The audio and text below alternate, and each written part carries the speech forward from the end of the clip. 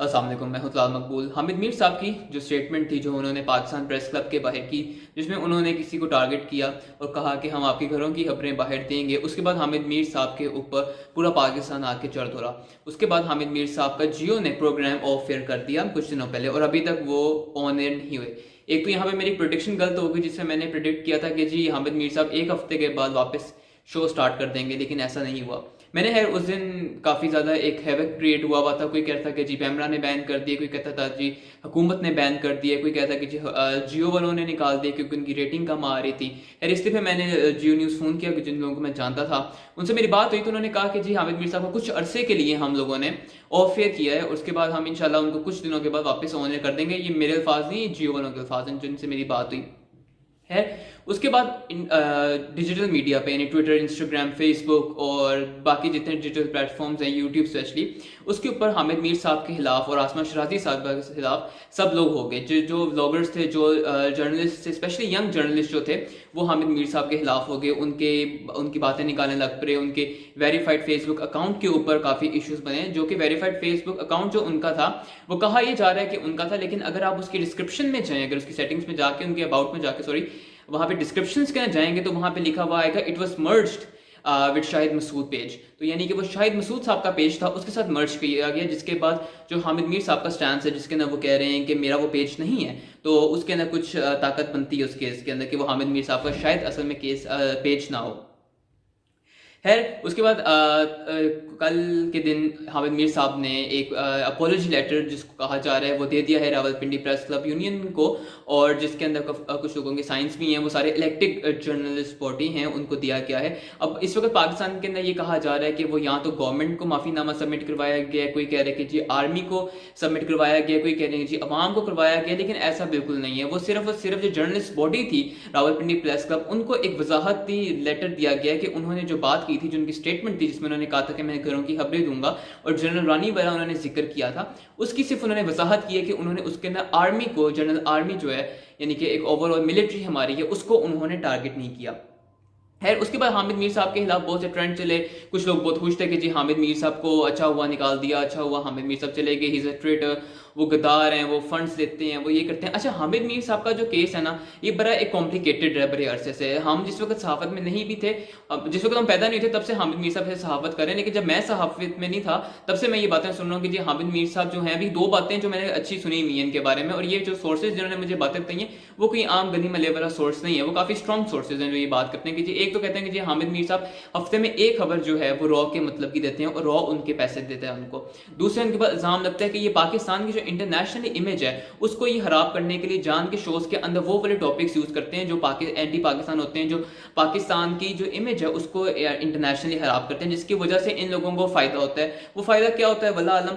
खैर इसका ये अभी तक जितने भी इल्जाम लगे हैं हामिद मीर के ऊपर, चाहे वो ट्विटर के ऊपर लगे हैं, चाहे वो लोग बात कर रहे हैं, चाहे वो पूरा पाकिस्तान बात कर रहा है, उसका हल अभी तक कहीं नहीं आया। क्यों? क्योंकि जिस वक्त तक रियासत यानी गवर्नमेंट यानी स्टेट हमारी उस चीज के ऊपर इन्वेस्टिगेट नहीं करेगी, हामिद मीर साहब को गलत प्रूफ करना बहुत आसान है। अगर हामिद मीर साहब को रॉ से फंडिंग आती है तो आप हामिद मीर साहब के, उनके वाइफ के, उनके बच्चों के, उनके जितने रिश्तेदार हैं उन सब के आप अकाउंट शेयर कर लें। अगर उसमें कहीं से भी इंडिया से ट्रांजैक्शन आती है तो इसका मतलब है हामिद मीर साहब गद्दार है। अगर हामिद मीर साहब इसराइल के साथ कोलैबोरेट करके पाकिस्तान के अंदर जर्नलिज्म कर रहे हैं तो उसका भी बहुत आसान हल है। आप इसराइल, आपके पास ISI है, आपके पास इंटेलिजेंस एजेंसीज हैं, आप हामिद मीर साहब को मॉनिटर करें, और अगर वो गद्दार हैं तो आप पाकिस्तान के सामने उनकी असल इमेज लेके आए। लेकिन आज तक ऐसा नहीं हुआ, सिर्फ और सिर्फ वो इल्जामों की बेस तक आते हैं। उनको पहले उन पर अटैक हुआ, अच्छा अटैक के अंदर भी दफा बड़ी ट्विस्ट आई है, जिनके ऊपर 2014 के अंदर अटैक हुआ था या 13 के अंदर अटैक हुआ था, जिसका इल्जाम DJISI के ऊपर गया था उस टाइम के जहीरुल इस्लाम, मेरे ख्याल से उनका नाम है। अब उसके अंदर ट्विस्ट आया कि जो इस दफ़ा जो आर्मी चीफ के साथ बाकी सहाफ़ियों की मुलाकात हुई थी, उसके अंदर हामिद मीर साहब को किसी ने कहा था कि जी हमें तो पता है आपके ऊपर किसने अटैक किया, और वो कोई मेंगल साहब थे किसी इलाके से, उन्होंने आपके ऊपर अटैक किया था, it was not the army. खैर ये काफ़ी इसके अंदर ट्विस्ट हैं इस कहानी के अंदर। दूसरा एक और मसला जो काफ़ी फेमस चल रहा था वो असद तूर वाला केस था। असद तूर के केस के ना अभी तक कोई नई पेशरफ नहीं मिल सकी। अभी कुछ कल हामिद मीर साहब की ट्वीट थी जिसके उन्होंने कहा था कि जी असद तूर की जो इन्वेस्टिगेशन ऑफिस ऑफिसर थे उनको भी सस्पेंड कर दिया कि अब उसकी वजह अभी तक नहीं पता। शेख रशीद साहब ने भी कहा था हम इसका नोटिस लेंगे, फवाद चौधरी ने भी कहा था कुछ ही घंटों के अंदर हम उन लोगों तक पहुंच जाएंगे।